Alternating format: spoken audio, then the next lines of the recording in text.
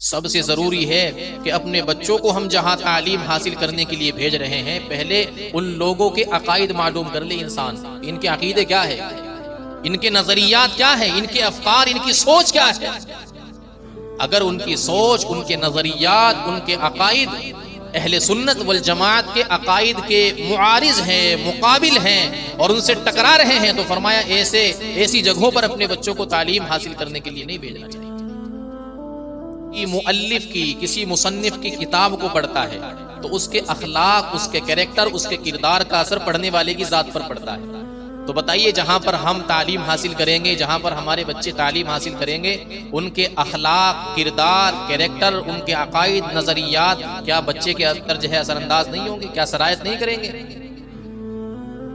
اسی لیے مسلم شریف حدیث کی کتاب ہے، اس کے مقدمے کے اندر عبداللہ ابن مبارک رحمت اللہ علیہ نے کیا فرمایا؟ فرمایا کہ الاسناد من الدین لولا الاسناد لمن شاء ما شاء۔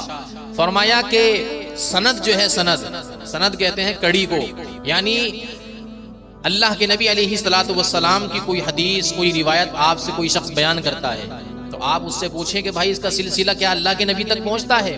تو درمیان میں یہ جو سلسلے ہیں، یہ جو کڑی ہے اللہ کے نبی علیہ الصلوۃ والسلام تک جو یہ روایت، یہ جو حدیث پہنچتی ہے، فرمایا اس کا نام اسناد ہے، یہ سند ہے کہ یہ بات معتبر ہے کہ نہیں ہے۔ فرمایا کہ اگر اسناد کا معاملہ نہ ہوتا اور دین میں سند کا معاملہ نہ ہوتا تو انسان اور کوئی بھی اٹھ کر کے کھڑا ہوتا اور کچھ بھی کہہ دیتا، اس لیے کہ کوئی اس سے یہ نہ پوچھتا کہ کیا یہ بات حضور صلی اللہ علیہ وسلم سے ثابت ہے کہ نہیں ہے۔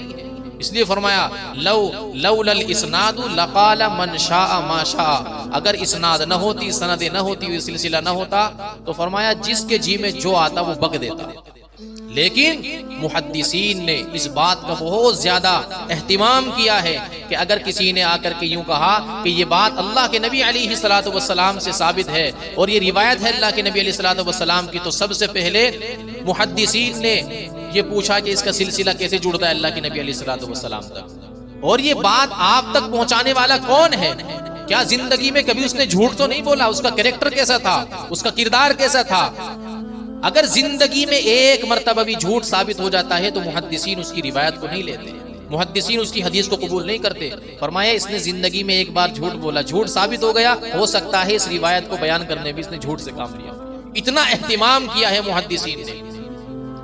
اور عبداللہ ابن مبارک رحمہ اللہ کا قول ہے، فرمایا ایک شخص ہے عمر بن ثابت، فرمایا اس کی روایت کو چھوڑ دو، اس کی روایت کو قبول نہیں کرنا۔ کیوں؟ فرمایا کہ وہ اسلاف کو برا بھلا کہا کرتا تھا، اسلاف کو برا۔ اور آج ہم دیکھیں یوٹیوب کا زمانہ ہے، سوشل میڈیا کا زمانہ ہے، آج سوشل میڈیا پر ہر طرح کا آدمی بیٹھا ہوا ہے دین کی تعلیمات فراہم کرنے کے لیے اور آپ تک دین پہنچانے کے لیے۔ ہر طرح کا آدمی، اس کے نظریات کیسے ہیں، اس کے عقائد کیسے ہیں، اس بات کی کوئی پرواہ نہیں کرتا۔ بس جس نے آپ کو ویڈیو کے اندر اٹھا کر کے بخاری شریف دکھا دی، مسلم شریف دکھا دی یا قرآن کریم دکھا دیا، آپ نے کہا کہ بھئی حوالے کے ساتھ بات کر رہا ہے، اس کی بات کو قبول کرنا چاہیے۔ میرے محترم بھائیوں، سب سے پہلے تو وہ جو بیٹھا ہوا ہے، سب سے پہلے تو یہ دیکھو کہ اس کے عقائد کیا ہیں۔ کیا وہ صحابہ اکرام کو برا بھلا کہتا ہے؟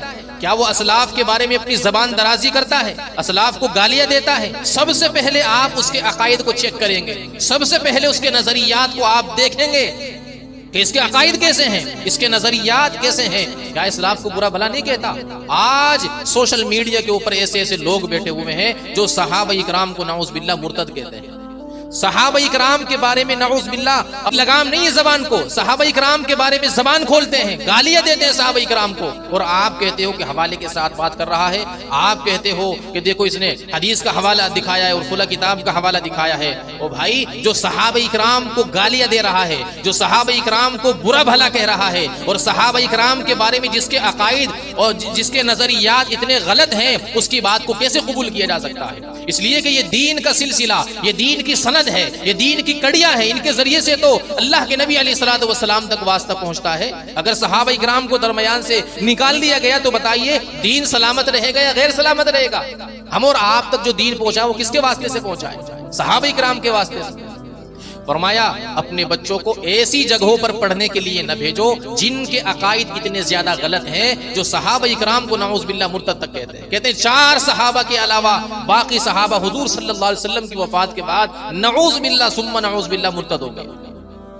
اس طرح کے جن کے عقائد، جن کے افکار، جن کے نظریات ہیں، بتائیے اگر ہمارے بچے ان کے یہاں پر پڑھنے کے لیے جائیں گے تو کیا صحابہ اکرام کی محبت دلوں کے اندر اترے گی یا صحابہ اکرام کا بغض و عداوت اترے گا؟